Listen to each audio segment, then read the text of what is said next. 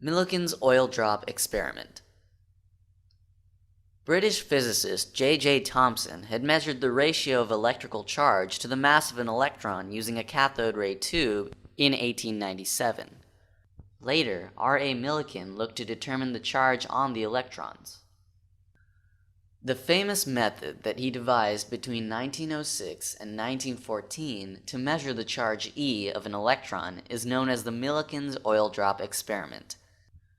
Using this method, he calculated that the charge on an electron was about 1.6 times 10 power negative 19 coulombs. In the Millikan's oil drop method, an atomizer produces oil droplets in the form of mist, which are sent through a plate of electrical condenser. There are different forces which act on the oil drop, including gravitational, electrostatic force due to electric field, and viscous drag force. The rate at which these drops fall were measured by observing them through a micrometer eyepiece of a telescope. X-rays were passed through the chamber to ionize the air inside.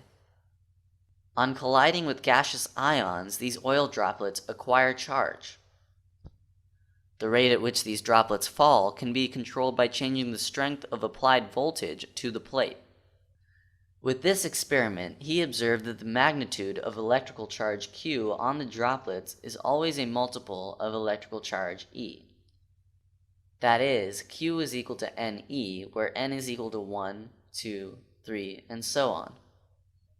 Using the value of charge of the electron, the mass of the electron, ME, was then determined by combining Thomson's value of E by ME ratio.